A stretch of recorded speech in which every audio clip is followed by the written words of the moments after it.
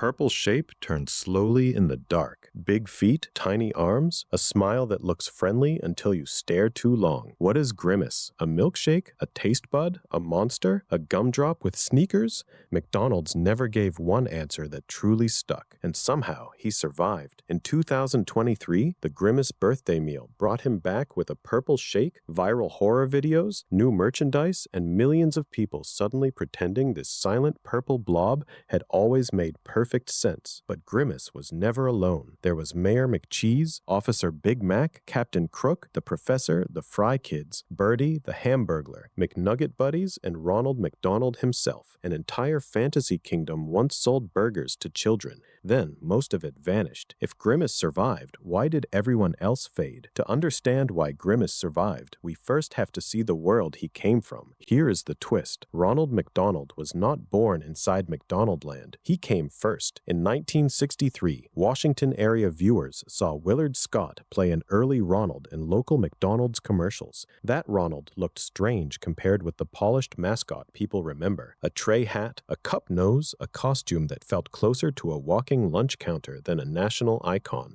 McDonald's refined him because they had found something powerful, a face. Ronald could wave at children, appear on television, visit restaurants, and make a hamburger chain feel like a friend. But a face was not enough, because before every Happy Meal borrowed a movie character, McDonald's tried to build its own Disney. That is the real story. Ronald gave McDonald's a face, but McDonaldland gave him somewhere to live. And in January 1971, that imaginary world arrived on Saturday morning television. Needham, Harper, and Steers did not simply give Ronald a backdrop. They built him a country. When the national commercials began in January 1971, McDonaldland was presented like a place children could actually visit. Hamburgers grew in patches. Trees talked. Machines made milkshakes and French fries feel magical. Strange creatures wandered through bright plastic hills, while villains sprinted through the landscape stealing food. And then Ronald fixed it. That was the formula. Trouble entered the world, usually through appetite. A chase began. A product became the prize. Then Ronald restored order with a smile, a joke, or a little bit of cartoon logic.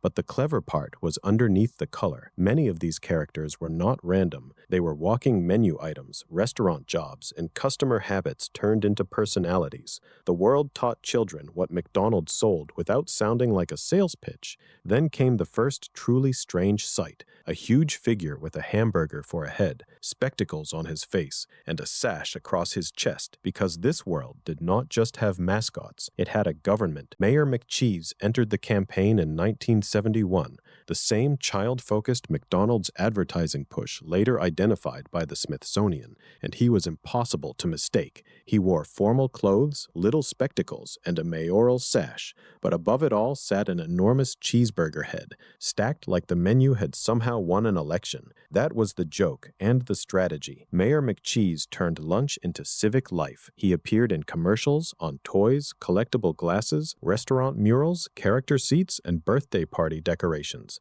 A child could see him on television, then meet his world again inside the actual restaurant. That made McDonaldland feel bigger than a campaign. It had offices, titles, ceremony, a chain of command. Mayor McCheese was not a mascot standing beside McDonald's. He was the elected government of lunch. But if McDonaldland had a mayor, it also needed law enforcement. Officer Big Mac was the chief of police. He wore a blue uniform, a badge, white gloves, and a tiny helmet balanced on top of a head that looked like a Big Mac with eyes. Sesame seed bun, lettuce, special sauce, law and order, served on bread. His job was simple: chase the criminals who threatened McDonaldland's food supply. But he could never truly win. If Officer Big Mac caught the Hamburglar forever, the next commercial had no chase. If he ended every crime, the fantasy stopped moving. So McDonaldland ran on a strange little loop. Food was stolen, authority appeared, chaos reset. Then the loop became physical. A television policeman became a toy. The toy became playground equipment. And the playground sat beside the restaurant selling the sandwich built into his head.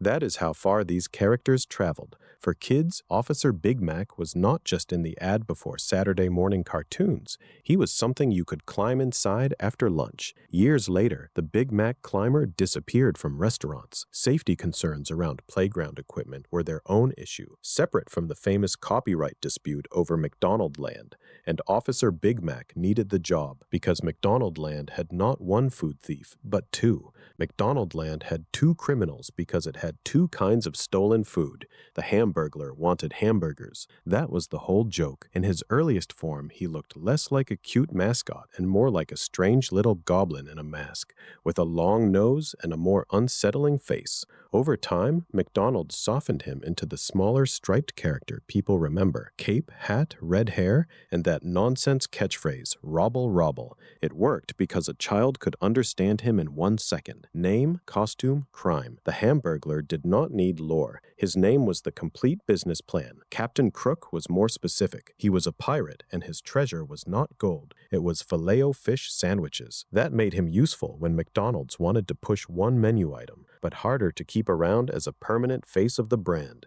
The Hamburglar survived because his silhouette, motive, and name were instantly readable. Captain Crook faded because he belonged to a narrower joke. But the strangest criminal in McDonaldland was the one who somehow became its cuddliest survivor. In 1971, Grimace was not the gentle purple blob people remember. He was Evil Grimace, and the design was bizarre. 4 arms, a scowling face, a bulky purple body built less like a friend and more like something that had wandered out of a weird children's nightmare. His crime was simple. He stole milkshakes and fountain drinks. On paper, that fit McDonaldland perfectly. Another food thief, another chase, another problem Ronald could solve. But according to Roy Burgold, who later helped oversee McDonald's advertising, the original Grimace had a problem no brand mascot can survive. He frightened children, so McDonald's subtracted. The extra arms disappeared. The angry eyes softened. The villain label was peeled away. Evil Grimace became just Grimace. That change is why he lasted. Grimace did not survive because his backstory was clear. It was the opposite. Nobody could quite say what he was. A taste bud, a creature, a purple friend, maybe all of them, maybe none. That vagueness made him flexible. He could stand beside Ronald, hug children, sell shakes, appear on birthday cups, and never explain himself.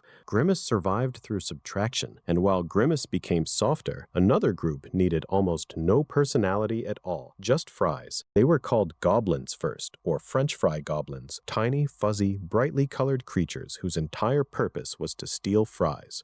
That was it. No complicated origin, no emotional arc, just a swarm of little fry thieves with big eyes and grabby hands. And it worked because a child understood them instantly. Fries were the treasure. The creatures wanted the treasure. Ronald tried to protect it. Later, the goblins became the fry guys, then the fry kids. Softer names, rounder energy, easier toys. They looked like something you could clip to a backpack, drop into a Happy Meal box, or remember by color alone. Then came Birdie the Early Bird in 1980. She was built for one job: make breakfast feel like part of McDonaldland. Pink outfit, scarf, flight cap, or goggles. A clumsy flying routine that made her less like a spokesperson and more like a Saturday morning cartoon neighbor. In 1983, Chicken McNuggets went national. Soon, McNugget Buddies turned the menu item into a cast. McDonald's later identified cowboy, fireman, and mail carrier McNugget Buddies among its 1988 collectibles, with removable costumes that made children want the next one. But these characters did not stay on television screens. McDonald's built places where children could physically meet them. By the late 1970s, McDonaldland was not just a commercial set. It was on tray liners, cups, glasses, puzzles, records, storybooks, party invitations, clothing, and plastic toys. It was painted on restaurant walls. It was molded into playground equipment. Some locations had character stools, statues, murals, and birthday rooms that made the restaurant feel like a set children could walk into. Then, in 1979, the Happy Meal launched nationally in the United States, and it fit perfectly. The box already looked like a little stage. The games, riddles, punch-outs, and toys gave children something to carry home. Ronald, Grimace, Hamburglar, Mayor McCheese, and the Fry Kids did not feel pasted onto it. They belonged there. That was the loop. A child saw the commercial, visited the restaurant, climbed through the playground, opened the Happy Meal, dropped the toy into a bedroom pile, then saw another commercial. McDonaldland became repeatable childhood.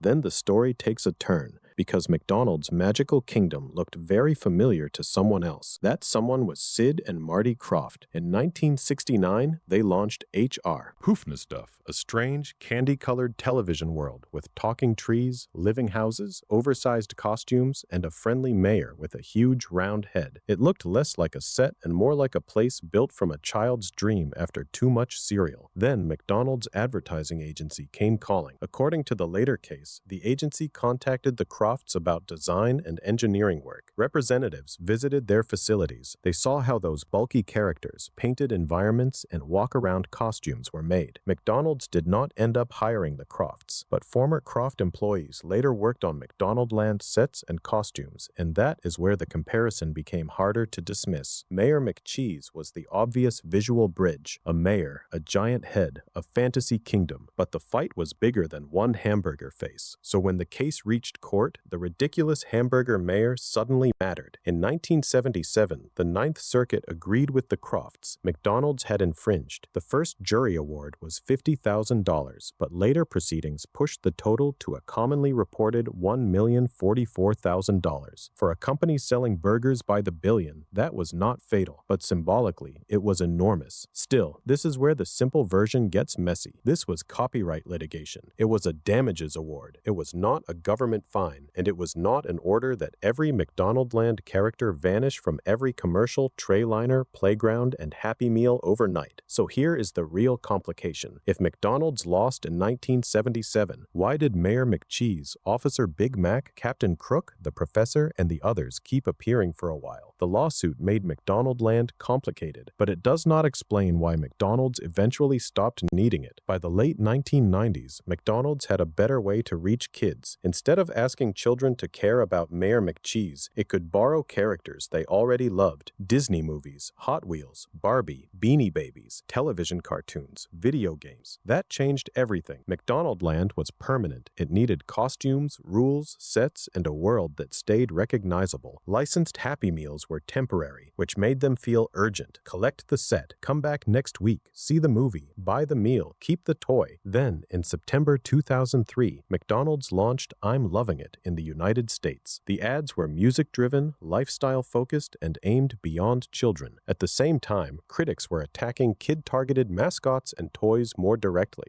McDonald's defended Ronald's charity work, but the center of gravity had moved. But once the characters stopped selling every day, they became useful in a completely different way. Then the children came back as adults. In 2015, McDonald's tried a human Hamburglar. In 2023, the classic Hamburglar returned. That same June, the Grimace birthday meal and purple shake exploded into horror parodies and billions of reported views. In December, the Kerwin Frost box brought McNugget Buddies back physically for the first time in more than 25 years. Then, in August 2025, the McDonaldland meal returned Ronald, Grimace, Birdie, Hamburglar, Mayor McCheese, Fry Friends, the Mount McDonaldland shake, and collectible tins. Not permanently, not equally. McDonaldland faded as advertising, but survived as memory. It was built so children would remember McDonald's. Decades later, McDonald's learned they remembered everything. So which forgotten character do you remember most? Tell me in the comments, and thank you for watching.